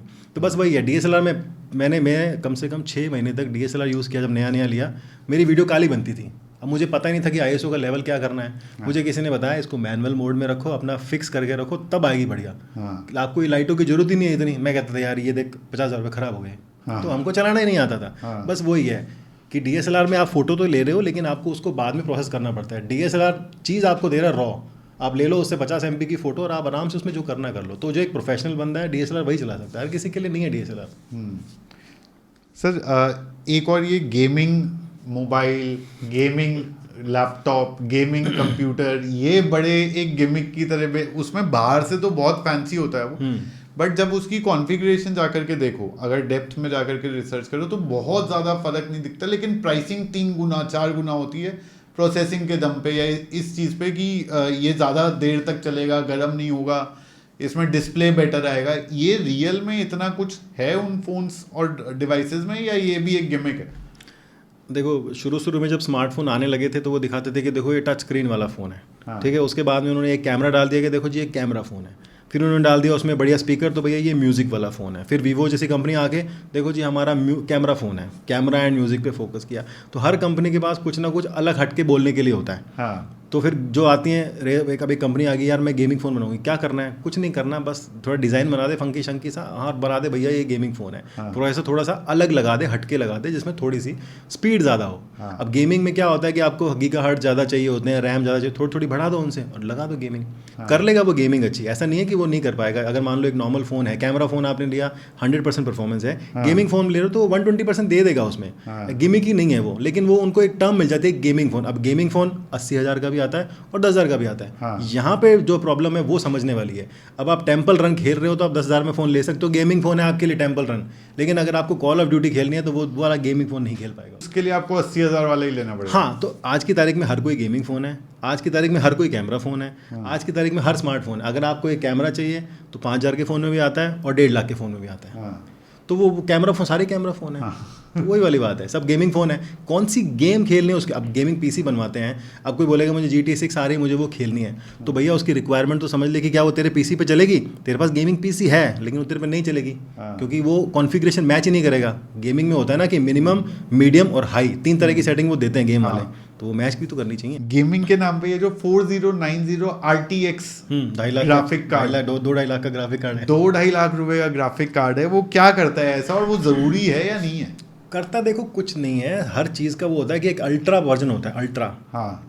तो बस वो बना दिया कि उसने, अब मान लो कोई एक नॉर्मल 30,000 वाला ग्राफिक कार्ड है, उसके 5 को मिला के एक बना दिया, ये लो जी 4090। कैपेसिटी को ही तो मर्ज किया उसने, उसको डबल कर दिया। तो वही है, जिसको चाहिए, सुपर कंप्यूटर्स में किसी को चाहिए, या अगर किसी को रेड चिलीज के अंदर एडिटिंग करनी है भाई साहब, कलर ग्रेडिंग करनी है, VFX करना, तो काम आते हैं वहाँ पे। हर किसी के लिए नहीं है ना ये।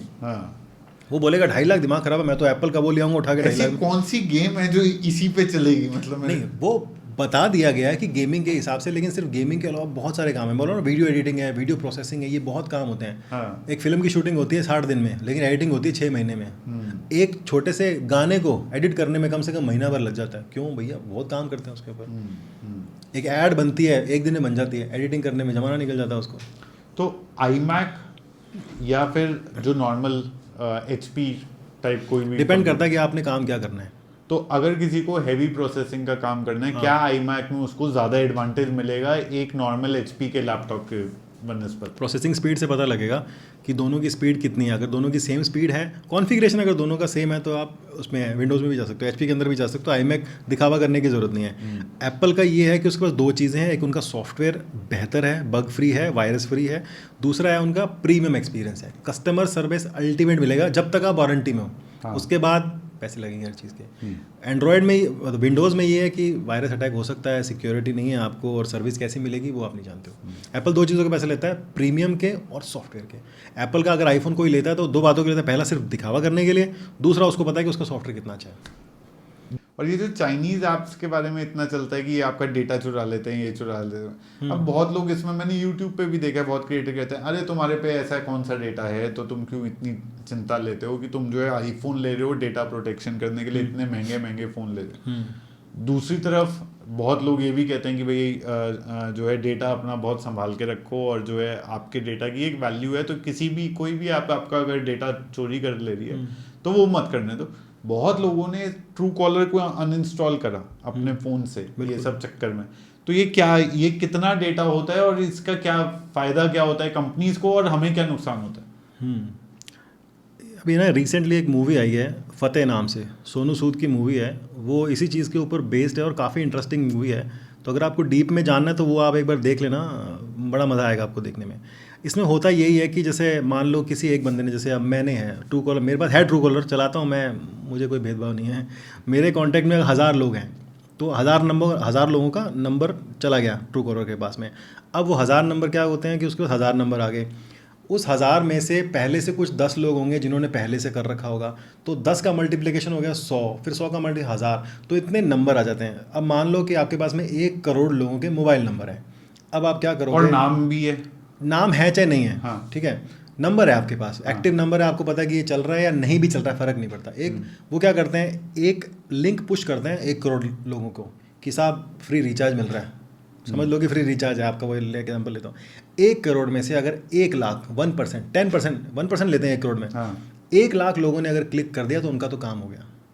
और ये तो सिर्फ 1 करोड़ की बात कर रहे हैं, अपने इंडिया में तो बहुत करोड़ों में काम हो रहा है। तो ये फतेह नाम की मूवी है, सोनू सूद की, देखना, बहुत डिटेल में इसको एक्सप्लेन किया, साइबर फ्रॉड कैसे होते हैं, ये चाइनीज़ एप्लीकेशन क्या करते हैं, हालांकि बिना चाइना का नाम लिए उन्होंने करके बताया है कि कोई इंडियन ही बंदा या कोई बाहर का बंदा कर रहा है ऐसे, और कैसे होता है ये।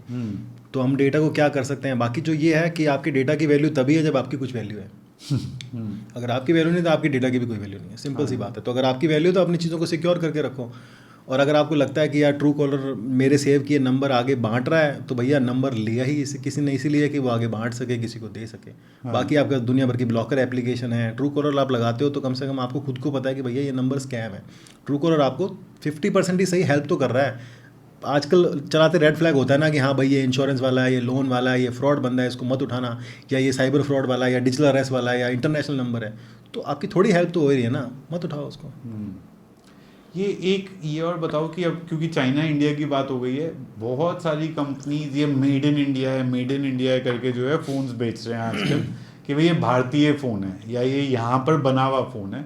मोदी जी ने भी एक मेक इन इंडिया का जो मिशन कंपनियों को दे रखा है, वो ज़्यादातर मैं उस दिन देख रहा कि वीवो का फ़ोन भी मेक इन इंडिया पे इतना बड़ा उसके ऊपर जो है वो ठप्पा लगा हुआ था। बब्बर शेर लगा हुआ है। हाँ, तो ये है, ये मेक इन इंडिया होते हैं ये फ़ोन या क्या है ये? देखो वो फ़ोन जिस पे आप मेड इन इंडिया देख रहे हो ना, वो टर्म ही गलत है। हाँ। उसको मेड इन इंडिया की जगह मेक इन इंडिया ही होना चाहिए था। मोदी जी ने भी इसीलिए बोला था कि मेक इन इंडिया करो, हमको मेड इन इंडिया नहीं चाहिए। ये वो भी समझते हैं कि नहीं हो सकता है मेड इन इंडिया, तो उन्होंने मेक इन इंडिया की टर्म दी थी, लेकिन इसको लॉ में ढंग से इंप्लीमेंट नहीं किया गया। इसीलिए चीज़ों पे आज भी मेड इन इंडिया लिखा आता है और हमको दिल पे चोट लगती है कि यार ये मेड इन इंडिया तो है नहीं। तो भैया हमारी समझने में गलत है, वो मेक इन इंडिया है। मेड इन इंडिया और मेक इन इंडिया में क्या फर्क है? मेड का मतलब है कि 100% सब कुछ यहाँ इंडिया में बना है। मेक इन इंडिया का मतलब है असेंबल्ड इन इंडिया। अच्छा, अब आईफोन जो है उसके पीछे सिंपल लिखा आता है assembled in China, assembled in India, designed in California, assembled, क्योंकि उसकी लॉ क्लियर है, उनको टर्म क्लियर है, और इंडिया उस पर रिजेक्ट नहीं करता कि हाँ तुमने असेंबल क्यों लिखा था, ठीक है चलने दो। हाँ। हमको कोई दिक्कत नहीं है। हाँ। लेकिन बाकी लोगों को ये अलाउ नहीं किया कि उसमें मेक इन इंडिया होना चाहिए, मेड इन इंडिया नहीं होना चाहिए। जब तक आप सब कुछ यहाँ नहीं बना रहे उस पर आप टैग नहीं लगा सकते उसको। प्रोसेसर बनता ही नहीं इंडिया में, किसी देश में नहीं बनता। मतलब जो देश बनाते हैं 2-4 वही बनाते हैं ना, 199 पता नहीं कितने देश हैं। हाँ। तो गलत है टर्म वो। तो यानी कि ज़्यादातर सारे फ़ोन सिर्फ असेंबल इन इंडिया ही हो रहे हैं। हाँ, तो अब 90 बैटरी नहीं बनती इंडिया में, प्रोसेसर नहीं बनता इंडिया में, बस 2 चीज़ें हो गई, ये 2 बड़ी चीज़ें। अब बोलो क्या चाहिए और।